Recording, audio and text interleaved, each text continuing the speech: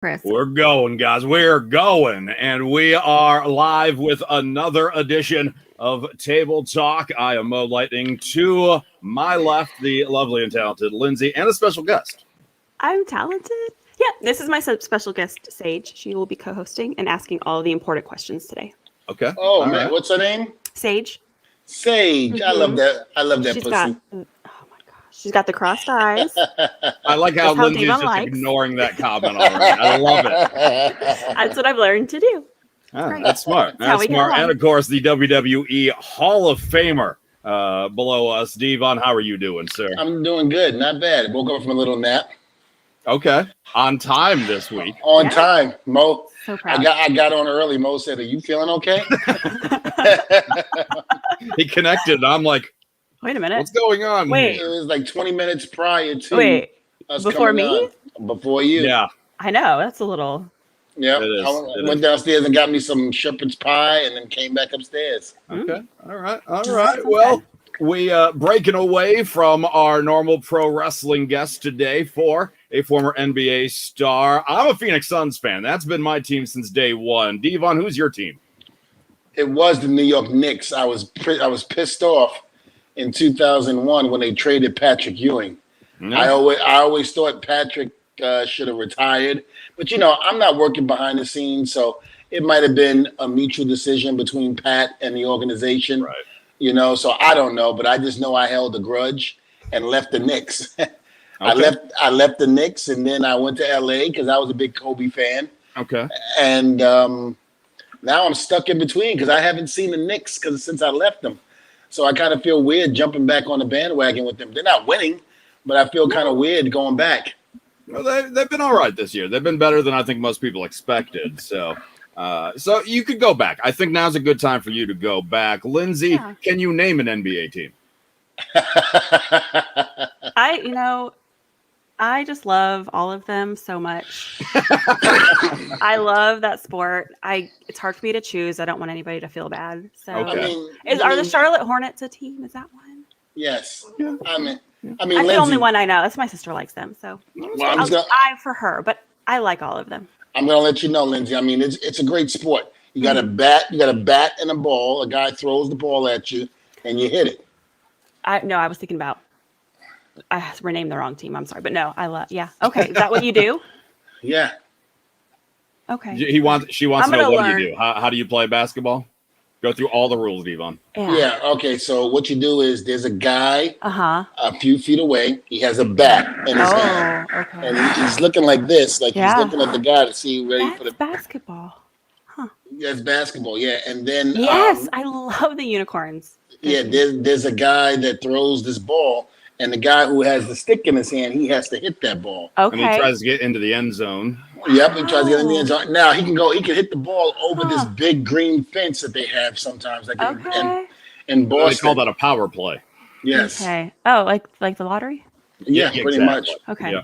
Okay. And I totally know what you're talking about. Yeah. If I win the lottery, both of y'all getting $3 million apiece, and we are going off into the sunset. Oh man! You guys heard that? It's being recorded now. Listen, what am I going to do? Listen, even if I did hit the lottery for say $60 million or whatever the nice jackpot would be, how the hell am I going to spend that money? I don't know. I could certainly help you find a way. I mean, that's fine, Lindsay. I'd be more than happy to have you come help me. But how the hell are you going to spend that? My great grandkids won't be able to spend that much money. Oh, great idea, though, from Dante. He's talking about a story how he used to wait tables by the garden. But I like this idea, teaching Lindsay sports betting next. Sports betting? Sure. So, Lindsay, I tell you what. Let's you and I make a bet right now. Oh, my good Lord. Let's do it. This will go well. All right. $100 that says that the Chicago Bulls in their franchise history will win at least 3 championships. Will win? Will win. But I don't think this is fair because you have the advantage. Because you know more about this sport. Well, no, not really. I didn't even know there were bats in it. You didn't know? Wow. Yes, but here's the deal. Like I said, in the franchise history, of the Chicago Bulls, I'm predicting that they're going to win at least 3 before, say, next week. Next week? Oh, wait. Are they supposed to play and they're probably up for the third? Or they're not at all? No, but I mean, Lindsay, let's just say you should think on this for a little bit. I'm going to think about it, and if anybody wants to comment and steer me a certain way, and while I'm just going to check my email. I'm not going to Google anything. On that note, since we are talking the sports ball, former NBA great, played for the Trailblazers, the Rockets, Raptors, the Wizards, the Nuggets, and the Lakers, the one and only, of course, also UCLA broadcaster, Tracy Murray, everybody. Tracy. What's up, Tracy? Welcome. Thank you. What's going on? Now, Tracy, I don't know if you've heard. I know we had you off, but I think you could hear too. I just made a bet with Lindsay that if she would bet me that the Chicago Bulls within their franchise would win at least 3 championships, maybe even 6. Don't fall for that, Lindsay. I don't believe. Don't fall for that. My gut instinct is to never believe what he says. I'm telling you. And I'm just going to follow that. And the bet will be no deal. 10 years. Don't fall for that. Yeah, I mean, look, the bet would be, let's just say, $100. That's it. Nah, $50. $50. I'll bet you $50 that they will win at least 3 or more championships in their franchise from the time they started until, say, the end of this season. Are you talking to me? Yes. I will get back to you. I will let me think about it. Let me chew on it a little bit, and I'll get back to you. Well, look, I want to ask Tracy something right off the bat. How many times has Dvon claimed he probably could have played in the NBA? Oh, shit, never. That's like me that I could have been a wrestler. I haven't heard Dvon say it, but he hasn't heard me say it either. So. Okay. Have you ever seen Dvon play basketball? No, I haven't. He thinks there's a bat involved, so I don't think he's ever played it. I mean, his amateur background, he may have basketball in it. It does. I played elementary, junior high, and high school basketball. Elementary basketball. Elementary. You know what? I did too, actually. Exactly. I wasn't nothing to write home about, but I held my own for a little bit. I mean, once you got to the high school level, guys were dunking at that point. Now it's just like, okay, too much for me. I'll go to football. I mean, Dvon, I've actually been on the court with 2 wrestlers. Really? Who would that be? 2 of your colleagues. Chavo Guerrero. Okay. And Ernest the Cat Miller. Really? Okay. Ernest Miller, he used to bring his kid, Eric, to my basketball camp. So we used to go play pickup games, and he'll play with us to stay in shape. And Chavo, what was so funny about that situation is he wanted me to play in this little league that he was playing in, which Chavo lives about maybe 35, 40 minutes from me. So I went out there, and I was lost getting to the gym where he was. So I called him like, man, how did I get there? Well, get off here. Hurry up, man. So I get there at halftime. We're down 15. And so the guys who were playing, they were feeling so good that I don't think they knew who I was. So I come up in there, and they were really disrespectful the way they were guarding me. And I took it absolutely personal. I took it as personal as Michael Jordan, the way they were guarding me. So I shoot the ball. They're like, that's all. I'm like, oh, that's all. So safe to say, we come back from 15 and end up beating them pretty doggone good. And I had a pretty big explosion in that second half when it comes to getting buckets. And Chavo tells this story whenever we get together, and we have a good time. So it was fun playing with both of them. Both of them, you guys are athletes, man. So you guys adjust. You guys know how to play. It may not be NBA level, but you guys know how to play. Yeah. Athletes. Well, they used to be in certain arenas, like when them hoops that you put together and all of that. Yeah. And of course, I remember me, the Godfather. Big Bear. Oh yeah. Oh my God. Yeah. Please. I went in for a layup. Bad mistake. Oh, yeah. He'll let you have it. Oh, he did. But Bear played in high school. He played like really competitive in high school. Okay, but the man thought he was still in the ring when I went to go drive in. Okay. I just looked at him when I hit the ground. I said, "You know I got to wrestle tonight, right?" I just looked. I said, "Why? Why would you hit me?" The crazy thing about Godfather is like when I first, he's like my big brother. When I first moved to Las Vegas, so he goes, "Hey man, I want you to come play," because this is when he was the general manager over at Cheetahs. So they had some type of industry night where everybody in the industry put together a team. It's kind of like an Olympics or whatever, and he wanted me to play for them. So I show up, me, him, his brother-in-law Jamie, and a couple other people, and we're playing in these little like 3-on-3 little event that they had that was going on all night. It was a lot of fun. But for a guy as big as he was, he can move a little bit. Yeah, he can. Yeah. He's a big boy. Now, one of the questions I want to ask you, Tracy, is that there's a picture of you that I saw on your Facebook. There were several pictures, of course, we're gonna talk about, but the one picture I think that everybody would love to hear about, it was you and another person that wore the number 23. And of course, that would be Michael Jordan. Now, what is going through your mind right now as you look at this picture and you got Michael Jordan in front of you with the ball? I mean, me, I'd have been pissing in my pants because, it's Michael Jordan. Good God. And here's the deal. In watching the documentary on Netflix, what was that? What was it called again? It was, oh, shoot. Don't give me the line. I forgot that quick. I forgot. I'm a basketball player. Was it The Last Dance? Yeah, there you go. Last Dance. And they talk about how competitive Michael was. Absolutely. And the thing about it was some of the coaches would, try to get underneath Michael's skin by saying things in the press, and Michael would come back and eat them up. Eat that team up, and then look at the coach and go, you got more stuff to talk about? How bad was that when someone talked crap about Michael Jordan and Michael would unleash that fury? One thing you don't want to do is give Michael Jordan bulletin board material. Don't say anything. Don't talk trash to him. Just let him be. We always say, let the sleeping giant sleep. Right. Don't do anything to ruffle his feathers. And you wanted to know what I was thinking, and I'm pretty sure you saw the caption. I was like, where's my help? Where's my help? Because I wasn't known as the greatest defender in the world. I was known to shoot the ball and score the ball. So everybody, that game he had 55, and it was a playoff game. It was game 2 of the playoff games. And he had 55 that game. And now, who were you with? I'm sorry.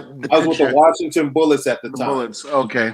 And we all took some of that 55. So he just took turns. Anybody that guarded him, he took turns. I just didn't want to become part of the "Come Fly with Me" 10 video. That was my next question. So I was like, okay, let me at least make him shoot a jump shot. At least have a half a chance there, even though he can shoot the ball. Not let him get to the rack. Well, could you stop him? That's the question. It just seemed like you could not stop him. When Michael wanted to fly, he would fly. Yes. Definitely do.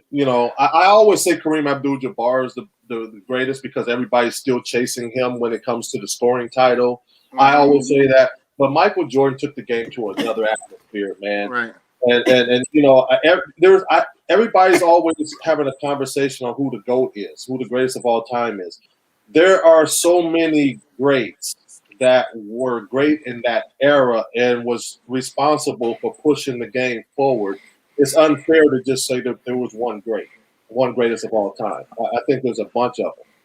Well, I'm sorry. You and I go back, and before we got on the interview, I didn't ask you, is there anything that you don't want to discuss? But I'm going to put you on the spot here because there are a lot of people out there that have made their statements on this, and I would love to get yours, and I'm sure you played with both.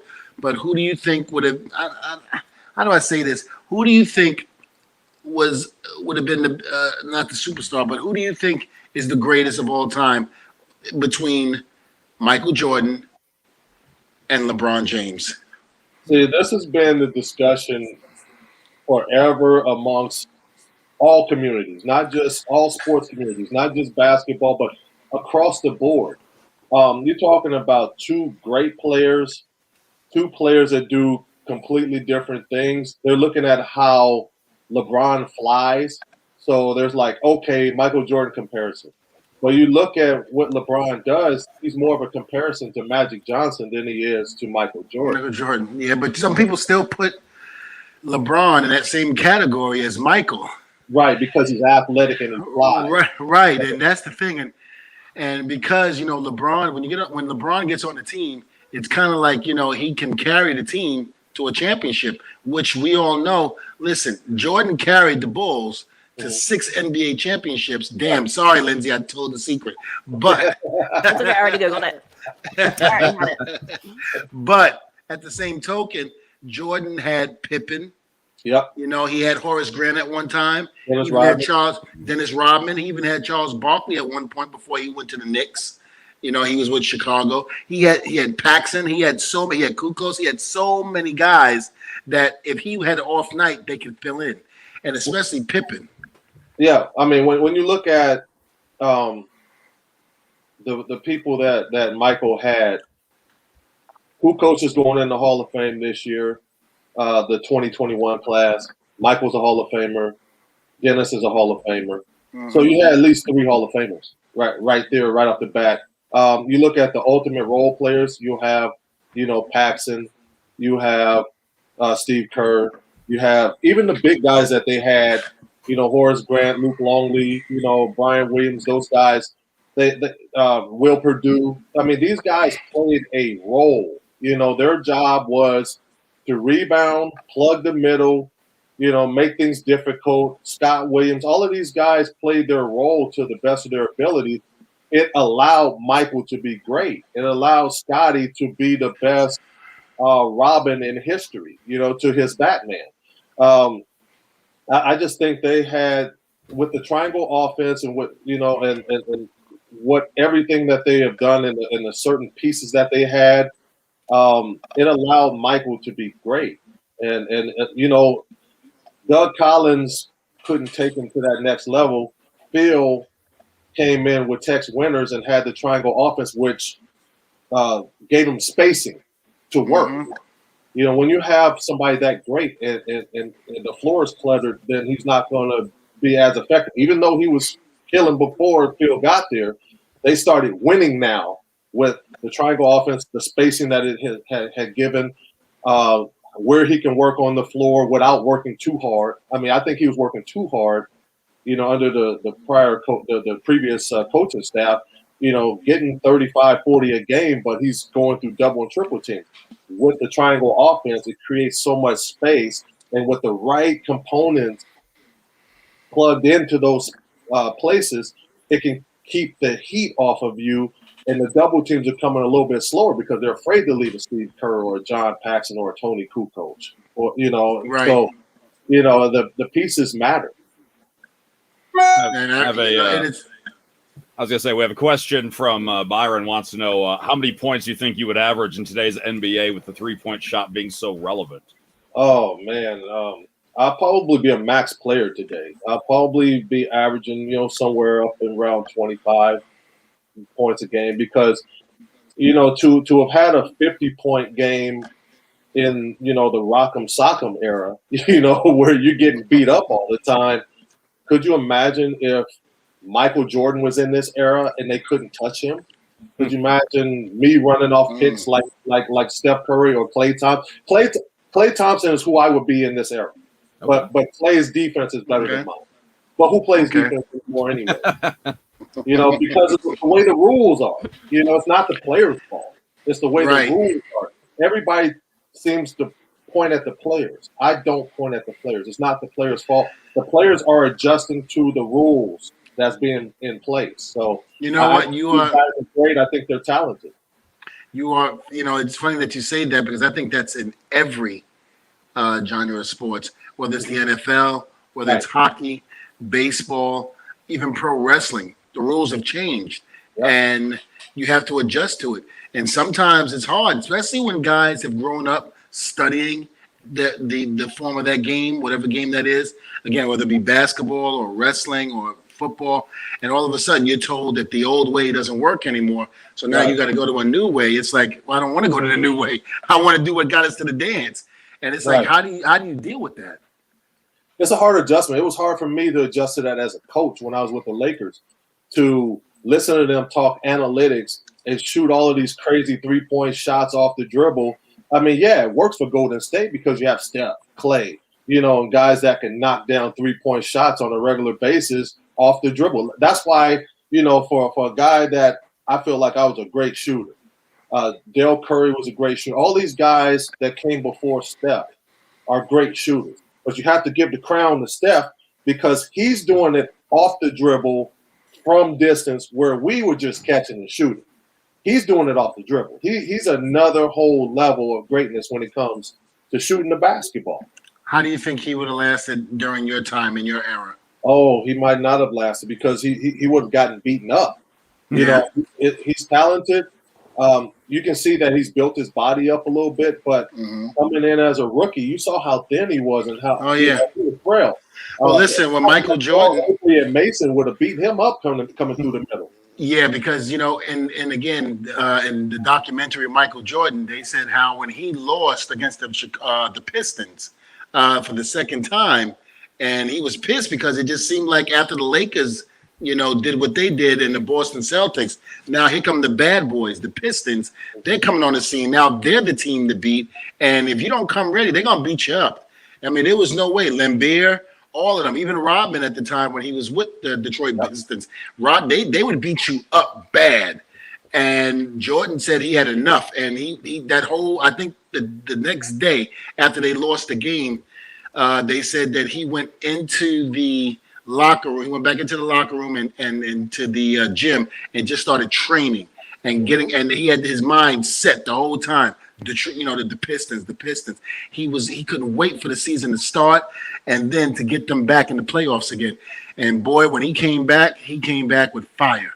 He was a different animal. A different animal. Add size and strength on a guy that's the best athlete in the world. And he's a great basketball player, fundamentally sound and all. And you add size and strength to that, that's another whole level of being unstoppable. Jim Grover did a heck of a job with building his body up for basketball. One of the greatest strength trainers out there, for people. And he did a heck of a job of getting Mike ready. But I'll tell you what, I ran across the paint a few times and got hit by Lambeer and Mahorn and all those guys too. And I'll tell you what, I was 228 coming into the league. I got to 235 by the next year. I hit the weight room as well because you cannot. We used to run the floppy play where the two bigs come down and they set a screen for the wings coming off. If you run it through that middle, you're getting stood up. And I tell you what, there's many a times where I had to go see the chiropractor after the game because my body wasn't built and wasn't ready for that type of contact. So you had no choice but to get in the weight room and get ready. Wow. Now, Tracy, I see a picture in back of you on your wall with the legend. Yeah, with the legendary, Kobe Bryant. And I saw pictures of you also with Kobe and his daughter. And how was it being with Kobe? I mean, I never got a chance to meet Kobe. Like I said, when the Knicks traded Patrick Ewing to the Sonics, I was pissed. I went to LA, and because Kobe, I loved Kobe. Kobe, to me, was Michael Jordan reincarnated. He really was. That's the way I felt. I mean, people can say LeBron all they want, but in my opinion, it was Jordan, then Kobe. And I'm not taking anything away from LeBron. I think LeBron is a hell of an athlete. I think he's a hell of a basketball player. But when it comes to greatness in terms of that, let me even go back even further. Dr. J, Michael Jordan, then Kobe. Right. That's how I see it in that era. You're talking about just to compare the three for a second. Talking about Jordan, Kobe, and LeBron. They all work the same. Mm-hmm.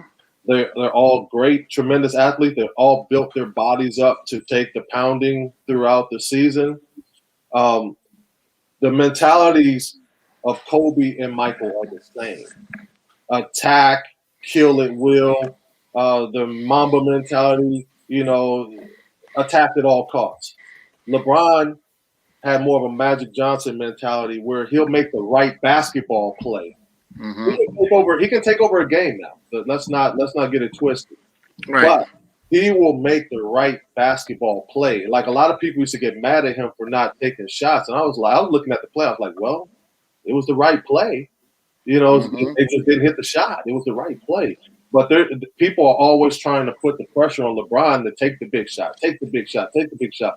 But that's why I say he's more you can compare him more to Magic Johnson because Magic Johnson made the right plays and distributed basketball. But those pictures back there with Kobe were the top 2 pictures that were on your screen. That was Bring it up, Mo. My son and my daughter when they were younger. My daughter, that was the year that I was coaching with the Lakers, and it was getting towards the end of the season. My girls came to the game, my wife and my daughter. So I took Malia back here to take a picture with Kobe. And the Kobe picture with my son was after the season was over. Kobe was shooting a commercial at Long Beach State. And I heard he was over there. And my son was with me, and we were on the west side. So I just went down the 405 and went over there, and we just hung out for a little bit. And he was gracious enough to take a picture with my son. The 2 at the bottom, the one with me and Kobe, look kind of cuddled up right there. It's adorable. That was Kobe's last plane ride. Plane ride, last road trip. And I played with Kobe and coached him. So there were a couple of guys on that coaching staff that had the same relationship. Byron Scott, who was the head coach. Byron Scott, Kobe was his youngster. That was his rookie. That was his youngster. So he played with him and coached him. Mark Madsen played with him and coached him. And then I was brought on the staff as the shooting coach that year, and I played with him and coached him. And the picture where I hugged Kobe right there at the end, that was right after the 60-point game, the last game against Utah, and he just left it all on the floor, man. He went out in typical Kobe fashion. I've known you for now over almost 20 years, and you and I have never, ever talked basketball before. Right. Never. I'm so busy getting info for you about wrestling because I'm a fan. You know what I'm saying? Well, I wasn't nothing to write home about when it came to playing basketball. I just held my own, but always a huge fan of what you guys did. And I wish I was talented enough to play because I would have chose basketball over the WWF. There's no question about it. But at the same token, I just want to say all these questions now in my mind are coming to me to ask you. And I'm just like, damn, this ain't never happened before. Anytime we see each other, we talking wrestling and family. Yeah. We ain't never talked basketball before. Right. But speaking of family, man, how the boys doing? They doing all right, man. They're doing their thing over there in AEW, and they their thing is they want to be their own. They don't want dad's stigma around them. So, which I listen. I told them. Yeah, and I told him, I said, look, it was no different the way Dustin and Dusty. Dustin didn't want to live under Dusty's shadow. He didn't want to be referred to as only Dusty Rose's kid. He went out there, he did his own thing, he created Gold Dust, and bam, it was done. So, kudos to them for coming to me and saying that. And they thought I was going to be upset. I said, no, I'm not upset. You guys are turning into men. Right. Do your thing. Be your own person. Pay your dues. Exactly. Now, if you get into that's missing a lot in all sports, Dvon. Lindsay, across the board, it's missing in all sports. There's no one paying dues anymore, and people are hopping over obstacles or they're going. They're the fundamentals, the basics. They're hopping over that and getting pushed. And it's like you look up there and you look at the product, and it's like. You're not mad at the kid because this is a microwave generation. They want it now. I've said that so many times. Yeah, I like microwaves. Well, and you know what? I've used that term enough to do the fundamentals and keep working at it. Exactly. And Tracy, I use that all the time because one of the trainers at my school used to say that his name is Dan Carr. And he used to say, this generation, this millenniums, they're too much. They're like the microwave generation. Because think about it. When we were younger, before there were microwaves, when we had leftovers, what did? We turned the oven on. We put a plate that was able to go in the oven. We put it in there. That was like 10 to 15 minutes for it to start up. And then by the time you put your food in, that was like another 10 to 15 minutes for it to heat up. And then you get it finally. Hey, Tracy, how many miles in the snow did you walk to school one way? I was in the sun. I was in sunny California. Yeah, I mean, he's in California. The way Dvon tells these stories, you know what I was known for? I was known, and people around Glendora, where I went to high school. I grew up in Pasadena, California. So, but I used to walk home miles, to school back and forth when I was younger. But hold on, I don't mean to interrupt, but Tracy ain't seen snow since he got with the NBA.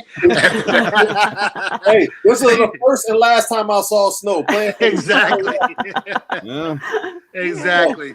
But what I was known for in high school was riding my 10-speed bike, dribbling the basketball. There you go. That's what I was known for. And you hear so many stories about guys like you that did things like that. And not only that, I mean, when you hear about like Kobe used to be out there all day, all night practicing on the court. Jordan the same way. You riding the bike, bouncing the ball. I mean, that just shows you the intensity that you have for the sport, how bad you really want it. And like you said, a lot of these kids today, they don't have it like that, whether it be basketball, even pro wrestling. They're not willing to go through the heartache and the pain that we went through to get to where we are, to where we were. It's amazing. It's funny you say that. I got two quick stories. When MJ did Space Jam, and I wanted to talk about that, but I don't know if you guys wanted to. Yeah, I ran across the screen in the movie. I ran across the screen. You did? You were in Space Jam? Yeah, right across. You're her hero now. Big fan. Yeah, I was in there. I was in there that long. I'm gonna need your autograph, sir. But what we did is, like, after he filmed all day, he would come to what they created. And that's what they said, a gym. Yeah, they said that. It was a Long Beach Arena floor. They created a dome. They put lights in there. They put a weight room along the side of the floor. And so we would come in there like around 5 o'clock after he's done filming, done training with Tim Grover, and we played pickup games. And it was like an NBA All-Star game, and everybody was going to 7. Only one court, tons of players all over the place. And then you had like A-list celebrities in there on the front row watching us play. And it was probably the best pickup games I've ever played in my life. It took me from this level to that level, but you saw how hard Michael worked, what his mentality was. If you couldn't, as players, if we wanted to be good, we had to snatch from different people. Oh, I like that move. Let me try that move. Okay, I like that. Let me try that. So we would snatch to try to complete. And in days that I think the most valuable days for me in those pickup games was when the gym was empty and there was like 10 or 12 of us, and I had to guard Mike. I mean, everybody was scared. So, yeah, I got killed, but you learn a lot. And then, then you understand, if you're not scared of him, then he respects you. Right. That's what. That's what they said. Yeah, and he used to say that my dad and I reminded him of him and his dad, how close they were, how they would go everywhere together. Right. And so him and my dad had a special relationship. And but I saw how hard he worked, and I was able to jump that next level because of that summer. Now, the Kobe Bryant situation. There was one day I got tired of him beating me to the gym. I'm in my 10th year. He's just going hard. I'm like, you know what? Damn that. I'm going to feed his ass to the gym today. We have practice at 11 o'clock. So I'm like, okay, I'm flying down the 405 freeway to El Segundo. I'm like, okay, I'm rolling up at 7 o'clock, 7:15, maybe 7:30. I'm like, okay, I think I beat him to the gym now. He's in there dripping wet with his trainer, throwing a medicine ball to the top of the ceiling and doing off-season workouts during the season. I'm like, damn. What time did you get here? Man, I've been out here since 4:30. Oh man. I was like, you know what? You win. I'm not here at 4:30. I'm not gonna beat you here. That reminds me of a quick story. I was Vince, for his age, 74, 75, how old Vince is. Yeah. And of course, for those out there that don't know who I'm talking about when I say Vince McMahon, the owner of the WWE. And I didn't know this until I became a producer backstage because I'm working and I see a lot of things. But here it is. We got to be in the meetings by noon sometimes 1. So that means you got to be up at the freaking 7, 8 o'clock in the morning. Get dressed, get in the hotel room, read the show, and then come onto the building, and then we go have the meeting. And then you do after that you're there all day. All day, and you're filming and all of that. And then, everybody's tired at the end of the day. No, I mean, it's been a long day. Raw's a 3-hour show, so you're tired. And then all of a sudden, I remember we were in Chicago, and I'm in the hotel. I just got finished eating. I had about 2 or 3 drinks, wine, and I'm feeling a little nice. So I get to, I'm like, all right, I'm going upstairs. And as I start to go upstairs, I get to the elevator, and who comes out? It's Vince. And I remember it was me and Bailey. We start walking to the elevator, and all of a sudden he comes out. Dvon, Bailey. I was like, "Hey, Vince, what's going on?" He goes, "I'm going to the gym. You want to go?" I go, "It's 1 o'clock in the morning. I've been up since 7, and it's all day Monday Night Raw. We've been filming and doing all of this. I've been running around. I don't want to go to no damn gym. I want to go to my bed." Right. And I'm just sitting there going, "No, Vince, that's okay. You guys, you go ahead and do what you got to do. I'm gonna, just go upstairs and do some crunches and some push-ups." Yeah. And he went, "Ha ha, Dvon, you're funny." You know how he laughed. Yeah. Ha, ha, ha, yeah, Dvon, you're funny. And I went, "No, I'm not either, because now I got to go up there so I can brag about the next day." Yeah, I actually did some push-ups and some sit-ups. I did 1 push-up and 1 sit-up, and that was it. After the first push-up, I went, "Ugh, yeah, F this, I'm done." Yeah. The crazy thing, Dvon, is like Vince is probably the only one I try to avoid backstage. He's the only one like, just come around, I'm going over here. Everybody. It's that aura. Like you said, it's a long day, man, and the last thing you want to see is Dvon, I'm out front, man. Send somebody out here. Yeah. Yeah, Tracy would always call me Dvon. I would always come early, and hang out with them, and they're in the middle of trying to do things, and I'm like following them around like a little dog. He's like, "Man, I'm like, let's go to catering. Go to catering. I'll be there in a minute." Hold on, I would always get Tracy. I'd be like, "I'll be right there." I go get him, bring him out. I say, "Tracy, I'll be right back. I got to do something with the matches. I'll be right back." Never ever left you hanging. Never. No, not at all. No. So, hey, you've been visiting backstage. Go to catering. I'll be right back. Yep. So you've been visiting backstage for years, and we were talking off air before the show went live that you treated everybody with respect. You weren't trying to like fanboy out, but there had to be stars that you were excited to meet, though. Oh, of course, all of them. Because just to go back to what our conversation was off the camera, my cousin Gavin was born with spina bifida, and I think Dvon's met him. Yes. He died about 1.5 years ago, at 42 years old. But when on Saturday mornings, he would control the TV. So, this is in the Hogan heyday, Iron Sheik, Nikolai Volkov. So I'm sitting around, Andre Giant, I'm sitting around there like, man, turn this thing. Oh, I'm trying to see the game. The Philadelphia 76ers are playing Boston. Turn this on. So, but my grandmother was like, "No, leave him alone. He's watching this." So I was like, "Okay, this is what we're going to do. Let me watch it with him." Because we did everything together. Mm-hmm. And I started watching. I started understanding. I started knowing the storylines, and it drew me in. I became a fan. Mm-hmm. So what I was able to do as an NBA player, I was able to take him backstage and meet you guys who are his heroes. Right. So, I mean, with doing that, I developed lifetime friendships with you guys. And I really appreciate you guys for being so gracious. And I'm thankful for what you guys did for him. Oh no, it was a pleasure and an honor. He was a good guy, and I'm sure he's missed. And I thank you for bringing him to us to introduce us to him because he's the real hero. We're just guys pretending to be something. He's the real hero, you know. So thank you, heart, man.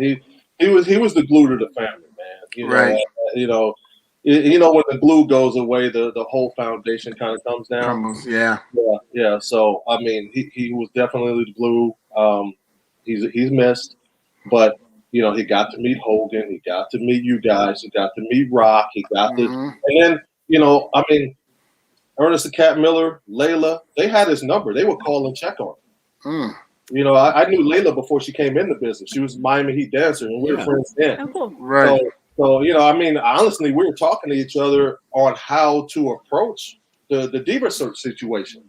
I was like, look, you're athletic, you know how to do this. You're beautiful. Just do this, do that, win the events, do this, be charismatic, and boom, it's going to be yours. And we went ahead and did everything, and she got it. We got it. You never know until you try it. Right. You never know.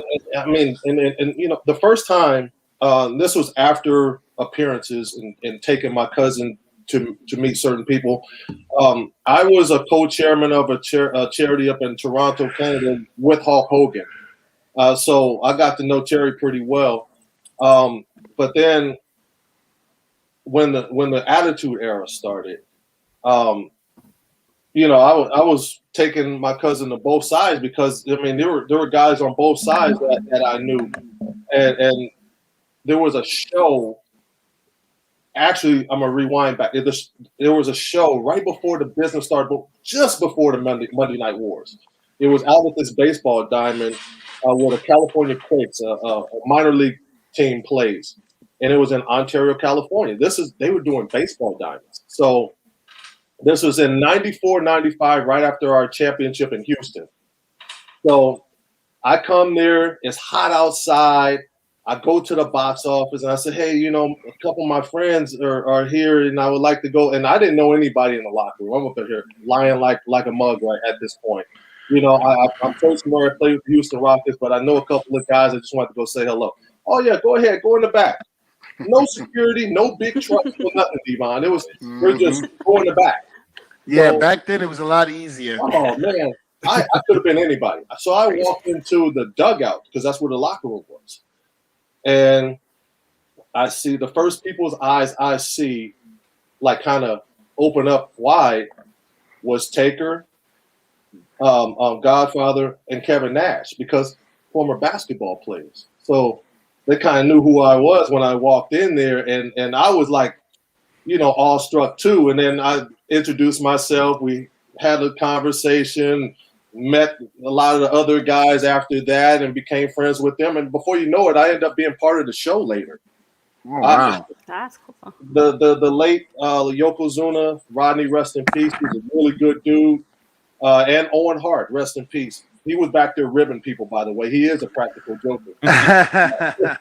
But they were tag team champions. They were in the ring, and I led, God rest his soul, British Bulldog and Lex Luger to the ring. I led them to the ring with the flag. So That's how I got involved in that match. Okay. That's awesome. Do you still watch the current product? I still watch. I want to see, who's doing what. I'm intrigued. And Dvon to tell you, I watch. Sometimes I text them and tell them, we have a conversation. Yeah. Dvon, this is my question.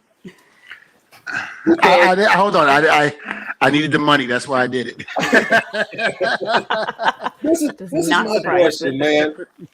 We have gotten invested in the Fiend's character. What's going on with Bray Wyatt, man? They would only get him to a certain level, and then all of a sudden he disappears. Well, a character like that, you got to be very careful. You can't really put him on all the time or have him doing that. He's a special character. Mm-hmm. So you can't, like the Undertaker. So remember, when Undertaker first came in, you didn't see him. We didn't rush him down your throat. You only saw him either on special occasions, special matches, things like that. And that's the way you got to do it with the Fiend because, you don't want the people to go, number one, it's not a real character, so at the same token, you still want to keep that. You know, Oh, Mo, if your lights go, oh, bless your Mo, heart. Oh, you just like if the ruined lights go world. out, if the lights go out in your room, then you know why. Just saying. Still real to me, damn it. And if Alexa It's Bliss shows okay. up, you're in trouble. It's real. It's But okay. that's what I'm saying, though. They've taken and given it to Alexa Bliss, and she's doing the character more than him. So I'm like, what's going on? Well, he's still doing his thing. He's still doing his thing, but I'm loving the way her character is evolving into what it's doing. Yeah. And it's really doing great. So now when you do get those two together, it's like magic. You know, it really is. So he's taking it to another whole atmosphere, man. And then my opinion over the years, and this was my way of thinking all the time. I never liked stuff like that because I never just thought it was real. Right. You know, I just never thought that, not real, but I just never thought that it wasn't, worthy enough to be wrestling. But of course, over the years, gimmicks like Taker's gimmick, the Fiend has proven me wrong because the fans love it. Sometimes the fans want stuff like that. And other times they get zombies. They get zombies. They don't want that. They don't want that. But listen, I understand fully. This is why, becoming a producer, you understand fully why Vince does what he does. And the whole zombie thing, I get it. I get it. Trust me, I get it. And, me and Mo were talking about it earlier. How can you not accept the zombies, but yet you can accept, gimmicks like The Fiend or Undertaker? Right, it's pretty much on the same level, but people got to understand it's entertainment. Right. So regardless, we all know there aren't real zombies out there. It all depends on who you talk to. My ex-wife was a huge zombie and still is to this day. Has no idea if she's coming or going. She has no idea even why she's on this earth. And half the time, I don't even know she knows she's breathing. But was she a zombie when you were married to her? Yeah. Yes, she was. Oh, okay. So you like the necrophiliac, Dvon Dudley. Okay. No. I had a crucifix around my neck, so it kind of ward off the that's evil when you really testified. I was testifying. I guess that all makes sense. That's when Dvon came in. Yep, and Reverend Dvon had to come back. Now, Tracy, go ahead. With you guys coming from the ECW, man, I was a fan of you guys you guys were crazy in ECW, man. You guys were nuts, man. What you guys were doing to Spike and everybody else, man. Rob Van Dam had a heck of a run over there. Rob looked at my house, man. He was going to buy my house in Vegas. Was he really? Yeah, he called me. He's like, "Hey, bro, I'm in your house." but I took it off the market and kept it. But the New Jack, rest in peace, man. I just wanted to send you some love there because I know you worked with him for years, man. New Jack. Yeah, and I was gonna say something last week, and because there's a lot of people out there that knew that New Jack and I had some problems. We were very vocal about it in social media. We went at each other. But what a lot of people don't know is that New Jack and I made up. And I was very happy to, especially when him and I made up because we were very good friends at one point. And the rivalry that we had when we were upset with each other, was foolish. It was one of those things where, when someone passes, you wish that you would have not, given in to the foolishness that stopped you from talking. And the thing about it is I was so happy that him and I made up and we were talking again, after our, fights that we were having on social media and what we were doing. And, he was my boy and I'm going to miss him. And like I said in my thing on Twitter, there will never be another New Jack. He will always, be the original gangster. And as far as I'm concerned, Jack, was the man when it came to ECW. You could not talk about ECW and not talk about New Jack. You just couldn't. New Jack was the face of hardcore. Even though you had so many of us on the roster that did the hardcore, but New Jack was the man when it came to that. Him and Mustafa. And the gangsters were great, can't deny that. So, again, New Jack, I got nothing but love for you, and I hope you're resting in peace right now. And I just hope that things are a lot easier now that you're with our Father in heaven. Yeah. And this is something I've wanted to ask you for a while, and I don't know what your answer is going to be, Dvon, but I don't believe you've ever really gone on the record to talk and open up about the mass transit incident, right? No, because that was something that happened, and I was a green kid when all of that happened, so I remember when it did happen, it scared the hell out of me, because again, I was freshly new coming into the company. I was about 22, 23 years old, so I had never really seen anything like that. And, it was what it was, but, things happened and things got heated, and that incident happened. And that has followed me my whole career, because I was involved in that match. But it's followed me my whole career, and that's one of the questions that I get asked about a lot. And, I just say, hey, two guys didn't agree. The Eric kid, he was a young kid. He was anxious. He was excited. I get that. But we know in our business, when you're a young kid, you need to sit in the corner. Don't say anything. Keep your mouth shut. And that didn't happen. And, Jack got upset, and, things happened. And, what everybody knows the story about what happened with mass transit, and that it happened. Yeah, on a bit of a lighter note, Tracy, was there ever an NBA player that you played with or against that you wanted to put through a table? Oh, No. I mean, everybody, we're in practice. We bump each other. We grind. We have disagreements. We're all a band of brothers, man. And just like you guys are, Dvon, it's like there's a lot of times where there's going to be some heat, and you just go, like, you guys are more on the road with each other all the time, so the heat can continue to grow. Yeah. Us, we just go back home to our families at night, and we cool off, and we come back the next day like nothing happened. Right. So you guys go to hotels or ride with each other, may discuss it, may not discuss it, still on your mind. Get to the hotel, may walk by them, and then you go to the long day at the arena, and you guys crossing paths in catering, in the locker room, going over storylines. It's like the heat never really dissolves. You don't have time to cool off. With us, you have time to cool off. Just going home that night and talking to your folks or being with your significant other, and then you're in a better frame of mind coming back the next day.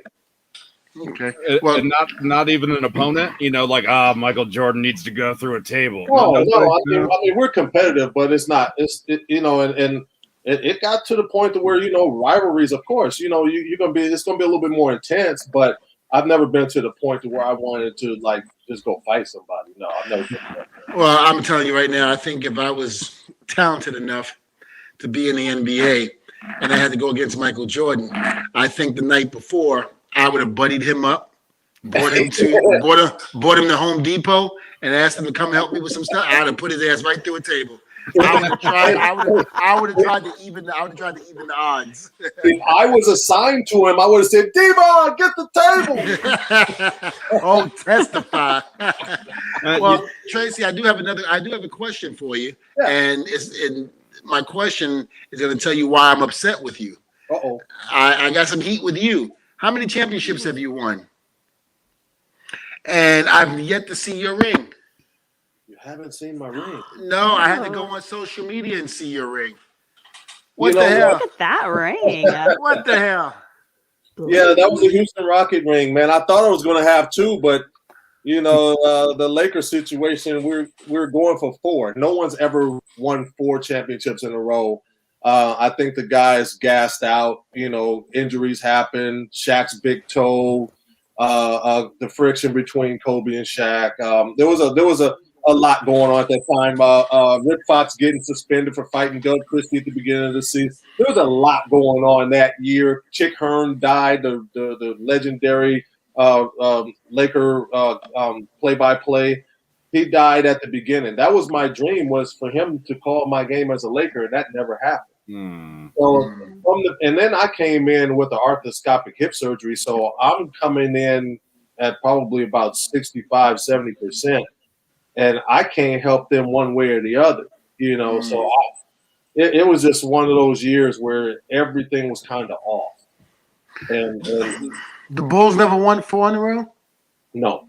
Oh, I thought they did. They won 3. Michael left for those 2 years. Right, to go play baseball. Houston won the first one. I was part of the second one with Clyde Drexler. Then they came back and won 3 in a row. You weren't on that team that when the Knicks against Houston, were you, when they lost? No. During the famous OJ scene? Yes.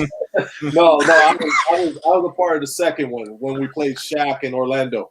I was mad as hell. I'm watching the game. You know, I'm a Knicks fan. I'm watching the game, and then all of a sudden on the screen, breaking news, and they shift to OJ, you know, in that Bronco chase. I was like, I don't give a goddamn about OJ. Right. He didn't care about me when he was running shit, so I don't care about him now.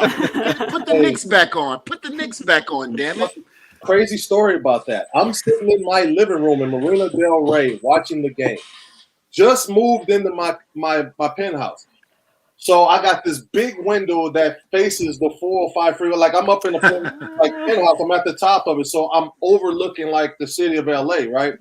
So the drapes are open, and I'm just seeing and then all of a sudden the game goes, and then all of a sudden you're seeing the OJ chase, and all of a sudden you see a bunch of helicopters. I'm like, there's OJ right there. You know?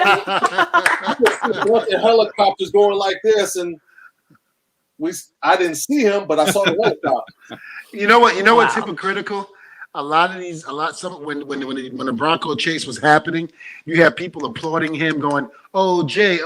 Right. You have people behind him, and then all of a sudden, when he finally, surrenders and all of that, and now he's on trial. Oh man, that OJ, he should burn in hell. I'm like, y'all the same son of bitches that was chanting when he was on the damn freeway running away from the cop. And now you done turn and oh man, listen. There was a lot of flip-flopping going on. You're right about that. Oh gosh. Yep. Yeah. That was a crazy time, man. It was. Well, Tracy, I know we thank you so much for being on the show, man. We don't want to keep you. We know you got things to do. You're obligated. We're done. Yeah. Where can we find you on social media? You can find me at Real Tracy Murray on Twitter, at Real Tracy L Murray on Instagram, and Real Tracy Murray on Real Tracy L Murray on Facebook. Now, which team are you with right now? I am the radio broadcaster for UCLA, and we had a heck of a run this year. Go Bruins! Congratulations to that team. They brought pretty much the pride back to Westwood, so definitely got to tip your hat off to those guys. Now, is it Grant Hill that's still in the NBA and still going strong? No, he's broadcasting. He's broadcasting now. Yeah. Okay. And Grant was one of my guys. We were on the Pan American team together in 1991. Now, is there any chance of you coming back to the NBA? I have a hip replacement now. I got one at 42 years old. There's no way that even if I got in my best shape, they wouldn't allow. I wouldn't pass the physical. Right. That's the way I feel sometimes. After having my stroke, I know I wouldn't pass the physical. So. Oh man, yeah. Yeah. When did that happen, Dvon? November 13th. This year? Last year. Wow. Yeah, but I'm good to go now. You're here, brother. I'm glad you're here. Yeah, so am I. I got to put up with Lindsay and Mo, and they've been keeping me straight. Hey, you guys stay on him, please. Yeah, always. Yeah, you do that. You do that, Lindsay and Mo. You do that. Yeah, keep Dvon in line. Yeah, testify. I mean, We try our best. we try. Yeah, I don't know if they're successful, but they try. we try. We give it a good effort. Well, Tracy, my brother, thank you so much for being on the show. It's an honor and pleasure. Please give the wife and kids my very best, and I will be seeing you in California very soon. Look forward to it. California or Vegas, holler at me. You know where I'm at. You got it, my brother. I'll see you guys in Vegas. Thank you, Lindsay. Thank you, Mo. Thank you so much. Thanks, Thank Tracy. you, buddy. All right. I love hockey. was It's cool. like my favorite sport. What Wow. was he playing? No, he was playing cricket. Cricket. Ooh, Yeah, I love cricket. cricket. Like polo too. Cricket, yeah. Yeah, That's he's playing classic cricket. sport. Hey, I just found out today one of the legendary writers for comics died, Paul Mooney. He was responsible for Richard Pryor. He was Red Fox. He wrote a lot of his stuff. Also Eddie Murphy. He did a lot of Eddie Murphy's, and he was also the writer for the movie Blazing Saddles.